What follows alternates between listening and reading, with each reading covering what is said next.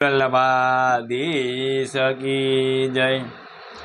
શ્રી માધવરાયજી સ્થાપિત આચાર્ય ગૃહ જુનાગઢ મોટી હવેલી ઉજ્જવલ આચાર્ય શ્રી માધવરાયજી મહારાજના વંશજ ગોસ્વામી શ્રી કિશોરચંદ્રજી મહારાજના વચનામૃતો દ્વારા પુષ્ટિ સિદ્ધાંતનો પ્રચાર દ્વારા વિભિન્ન ગામોમાં પુષ્ટિ માર્ગીય સિદ્ધાંત શિબિરનું આયોજન કરવામાં આવતું, જેમાં આપ શ્રી મહાપ્રભુજી રચિત ગ્રંથોના આધારે પુષ્ટિ માર્ગીય સિદ્ધાંતોનું લોક ભાગ્ય શૈલીમાં સુંદર પ્રતિપાદન કરતા શિબિરો માણાવદર, રૂપાવટી વગેરે અનેક ગામોમાં યોજાઈ હતી।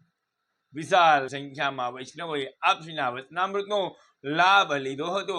આપશ્રીના વચનામૃતનો સાર આપણા ગુરુ શ્રી મહાપ્રભુજી, પ્રત્યેક વૈષ્ણવના પરમ ગુરુ શ્રી મહાપ્રભુજી છે। તેથી શ્રીજીની આજ્ઞા આપણે માટે પ્રમાણ રૂપ છે। જો બ્રહ્મ સંબંધ દાતા ગુરુની આજ્ઞા વિપરીત હોય તો તે પણ માન્ય ન કરવી। શ્રી વલ્લભની આજ્ઞાથી વિપરીત હોય તો તે માન્ય ન કરવી। તેથી જ શ્રી હરિરાયજી આજ્ઞા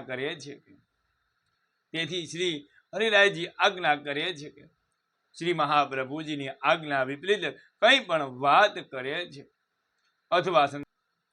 અથવા સંસારમાં ફસાવનારી વાતો કરે છે, તેનો સંગ દુસંગ છે।